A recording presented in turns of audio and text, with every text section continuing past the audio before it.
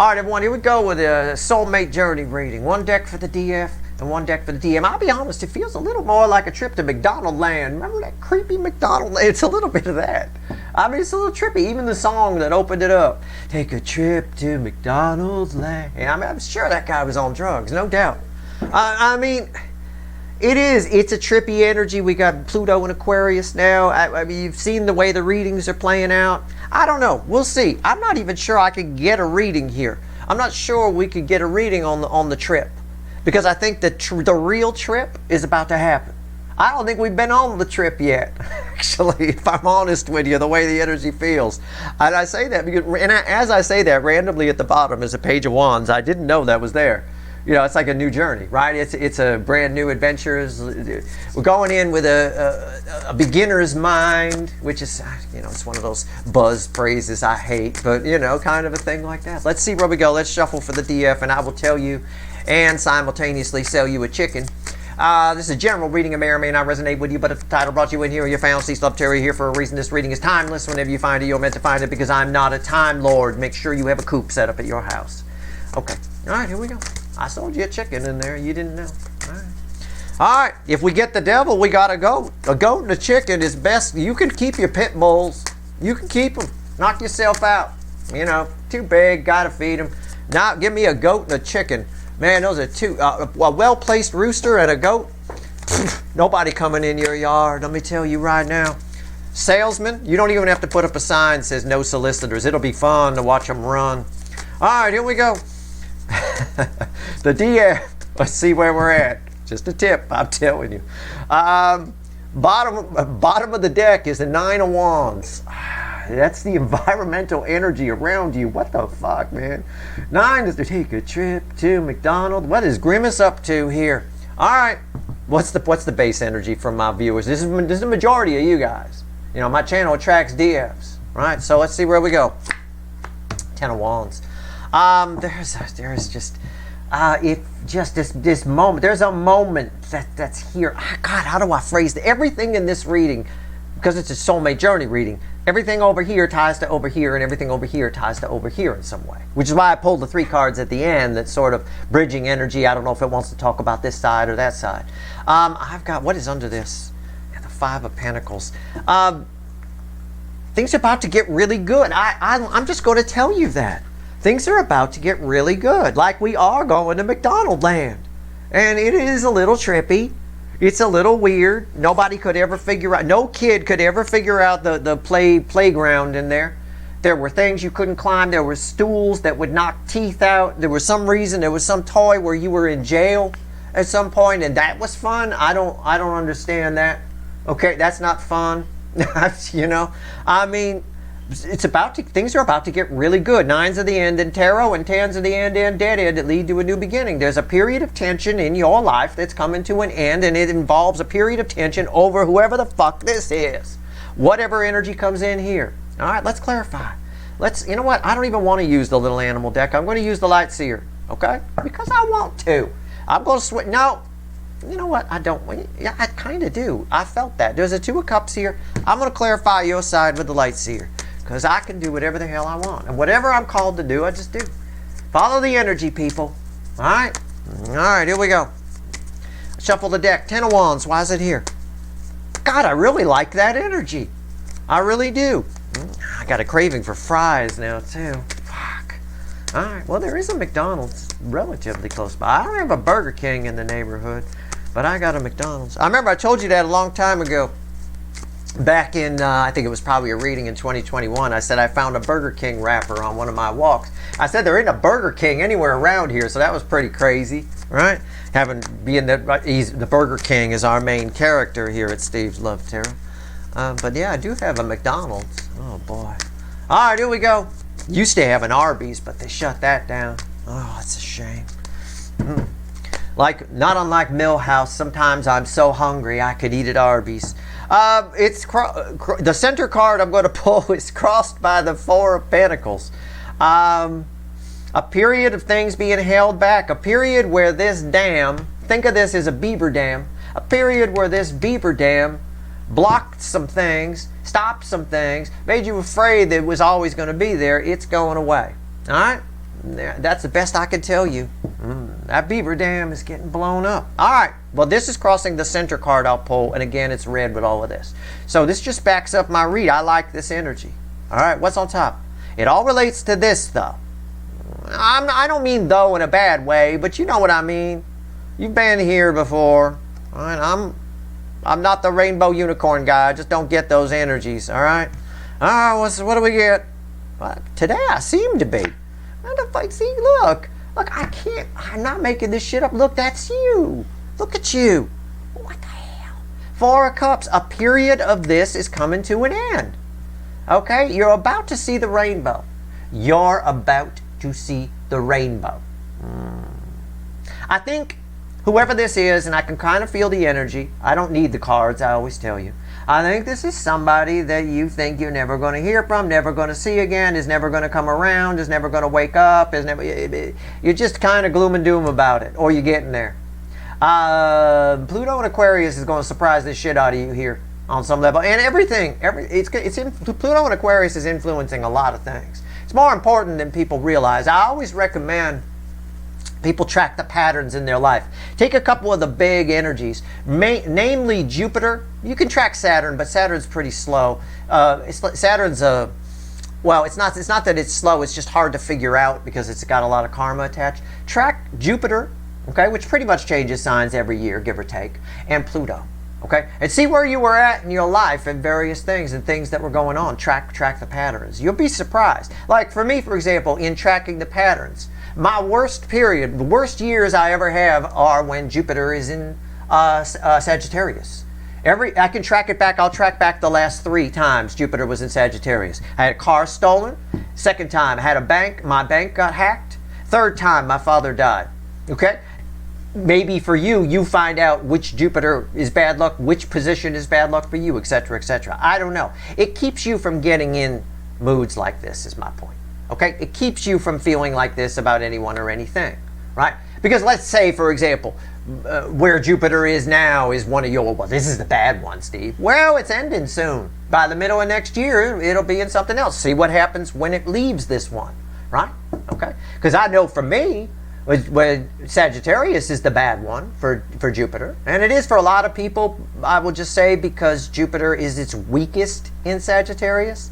It's very diluted there, but whatever. Anyway, my point is I know that when it moves into Capricorn, things get pretty good.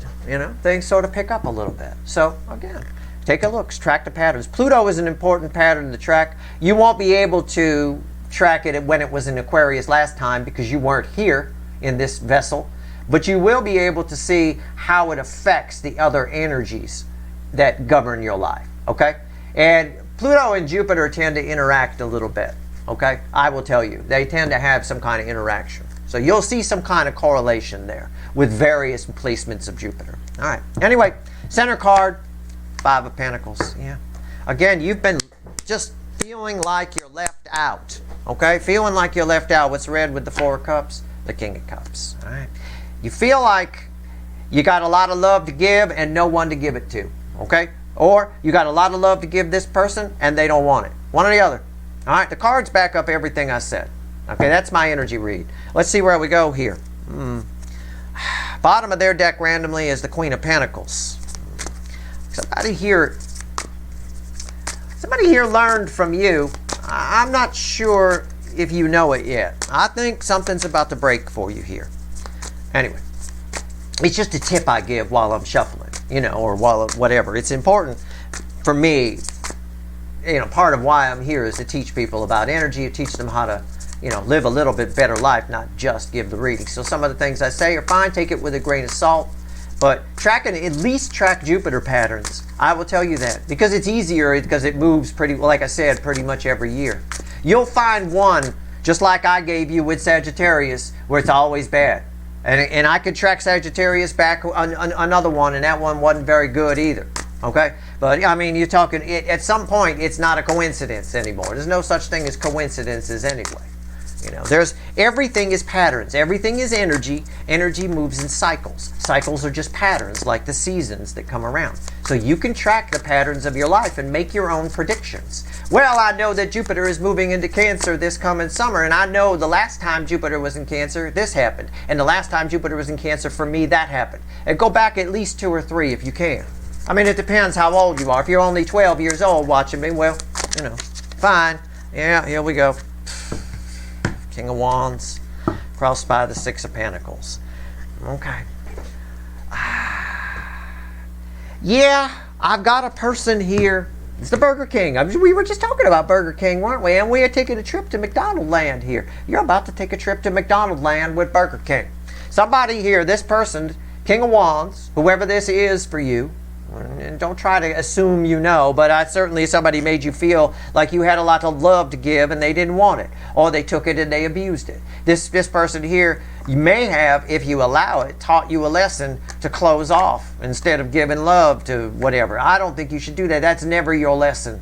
Okay, that is never your lesson. All right, but a dam is about to break here. This person's about to show up. And tell you how they feel. I will tell you that. I'm going to clarify with the witches. Why is the King of Wands here? Let's find out. Let's get going.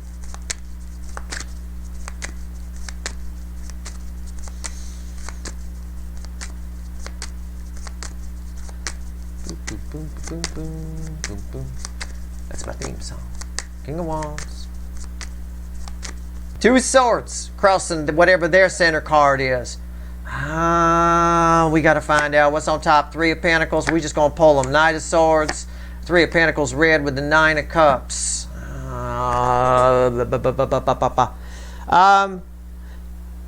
You read this person wrong. That's what you're about to find out. It's about to make you feel a whole lot better. Okay? This person wants nothing more than to have you in their life. On any level, on a high level, on low level, but they would love a high level. Somehow your signals, because of this connection, which I suspect is it's one of those game-changing connections. It's one of those ones you'll remember, right? You'll be 119 years old on your deathbed, and you'll remember this connection. And if you're wondering why I said 119 years old, let me give you a tip, okay? If you have a YouTube channel and you have thousands, if not millions for you, maybe you're better than me, you got millions of people watching, I don't know. Don't ever say something like you're 75 and you're on your deathbed, because I guarantee you there are about 90 people at least who are 75 who are watching you who are going to write in and go, fuck you, you motherfucker, right? And I'll tell you what, so I pick an age that's way the fuck out. I know I don't have a 119-year-old watching me, all right? And I'll tell you what, I just play it safe. You just learn over time if you have a YouTube channel. That's one thing. I definitely learned my lessons. This is a powerful connection. It's a real game changer. It's one, if you're 126 years old, you'll remember on your goddamn deathbed. But what happened is a message came in. Your 2 energies crossed paths, and your receiver picked up the wrong thing. Okay? You didn't have the right equipment in place. I don't know. Either on their side or your side, you read them wrong. All right? So somebody here is coming your way with a message now, and for some reason, the way the energies are lined up, maybe it's Pluto and Aquarius, you're able to pick up the signal fine, and we're going to have a conversation here that we should have had a long time ago. Let's talk about what that conversation is. Let's grab the Rider Waite. It's a whole lot of truth with a King of Swords sitting at the bottom. Let's pull 3 cards. Flew out of the deck. Let's keep shuffling. All right, let's keep shuffling. My intuition says shuffle, so I'm shuffling. But there's our first card. All right, coming together in a new energy. There's a conversation that brings some healing is likely to happen. It's going to make you feel a whole lot better. And as you feel better, it opens things up for you. It has a lot to do with Pluto and Aquarius energy. It has a lot to do with my Pluto and Aquarius reading, which blends with my mid-month reading. Big time, the second half of the month-ish, I called it, because it's kind of late. But I explained why on the beginning of the video, which, probably about 2/3 of the people fast-forwarded through because nobody listens. But that's okay. Bottom card is the King of Swords again. It's crossing the center card I'm going to pull. Also, if you ever get a YouTube channel, you will learn a lot about people. Yeah, I got to, if you didn't know, I already knew going in. I didn't need the extra lesson. But 7 swords crossed by the, 7 swords of bullshit crossed by the King of Truth here. What's red with the Lovers? The Emperor.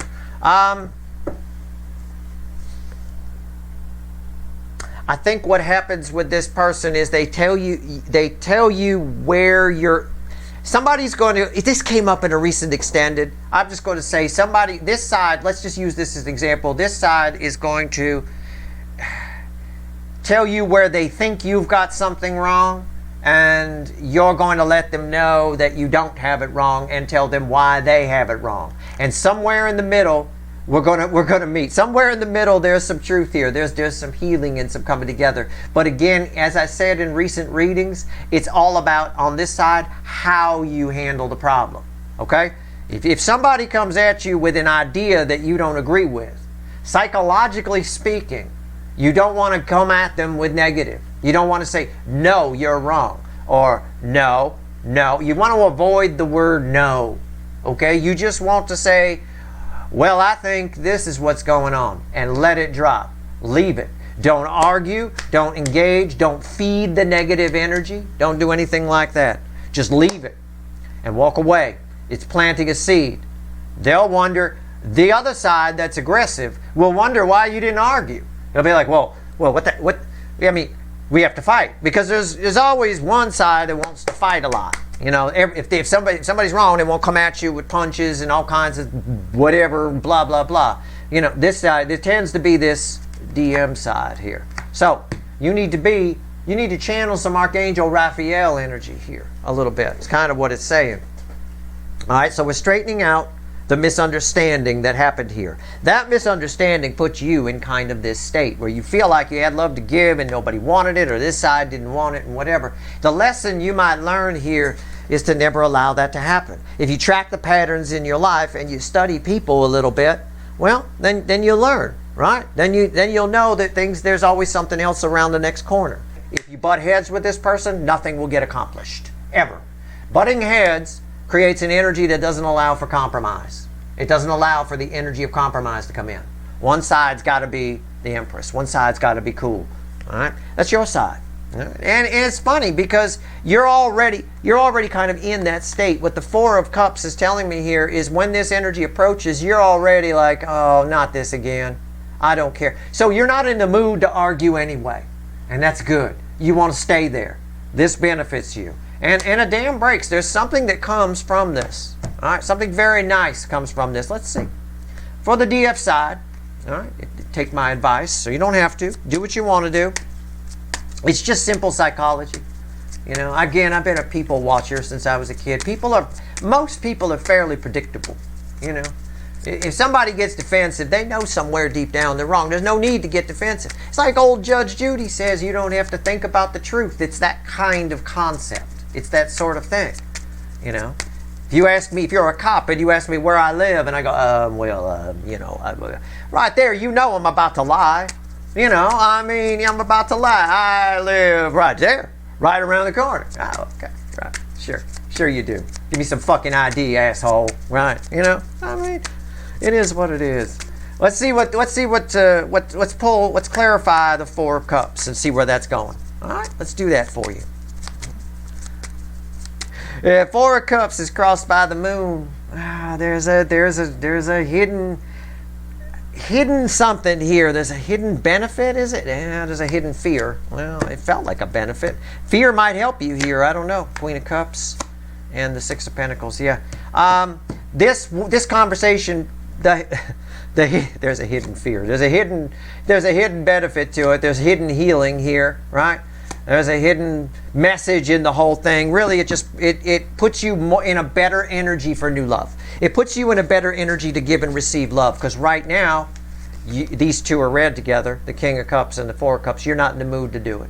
Okay? You're not in the mood for it. That's your reading.